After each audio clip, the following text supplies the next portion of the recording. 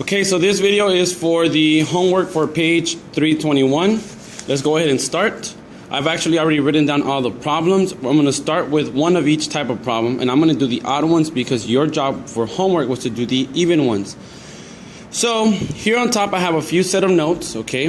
I'm going to remind you that the slope is equal to m. This is how we denote the slope, which is also equal to the rise over the run, which is also equal to the change in y over the change in x, which we said we're going to go ahead and compute the change of y over the change in x when we have 2 points using this formula right here.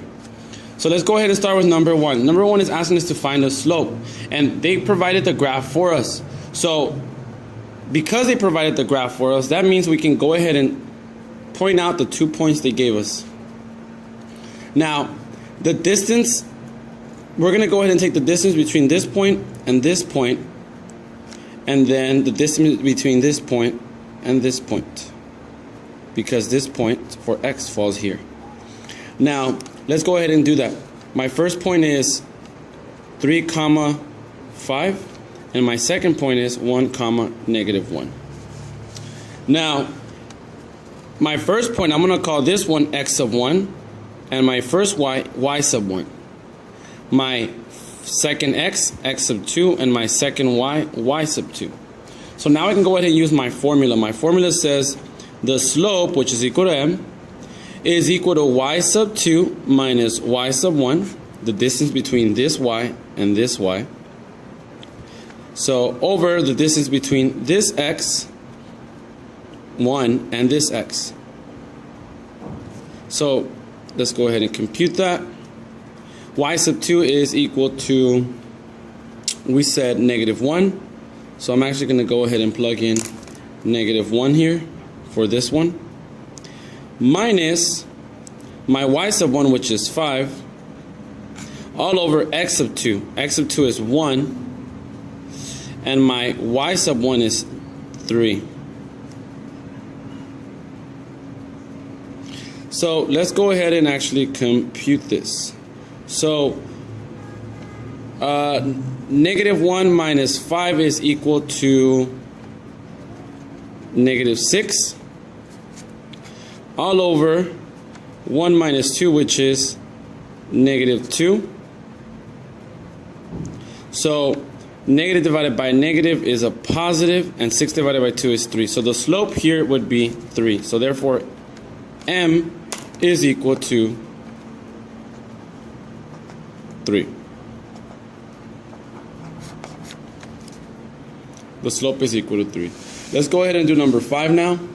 Remember, you can go ahead and pause these videos at any time. Number 5, graph the lines containing these points and find their slope. Okay, so again, you're giving 2 points.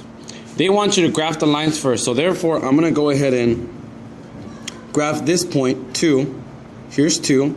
-3 is right here. It's the first point. The next point is 2. Oh, actually, it's -4, sorry.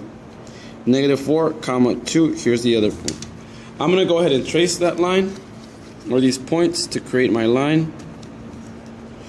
Here it is. Now, here's the line I created. I can go ahead and find their slope by using the rise over run, or by simply taking this point and using this formula.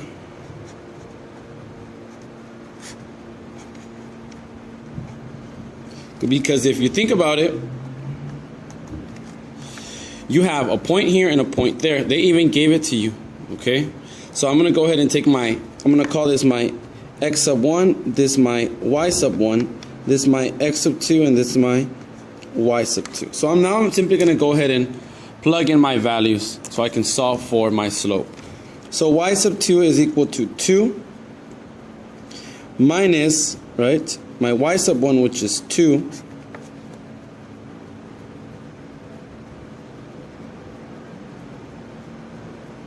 oops, y sub 2, sorry, is equal to -3. I don't know why I wrote so this is -3. Let me actually scratch this out. This is actually, let's start all over, sorry. Y sub 2 is equal to -3. right, minus y sub 1, which is 2, all over x sub 2, which is 2, minus x sub 1. So here I have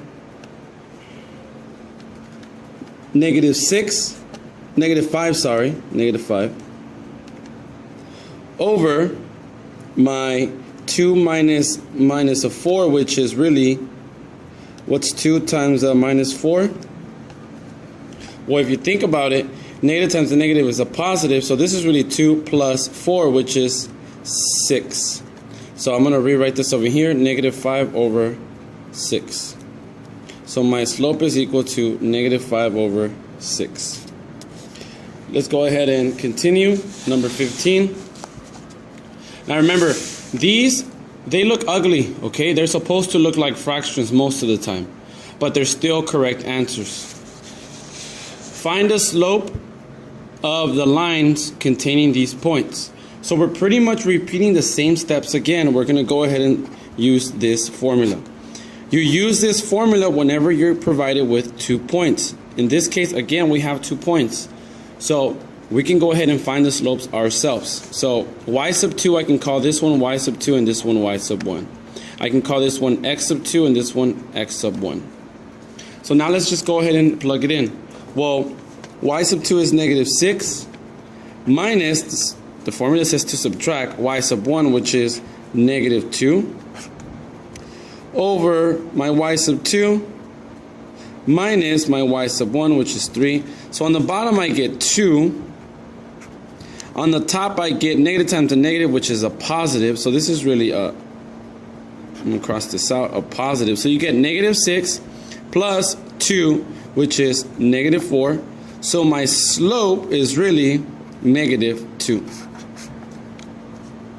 And that's the end of this video.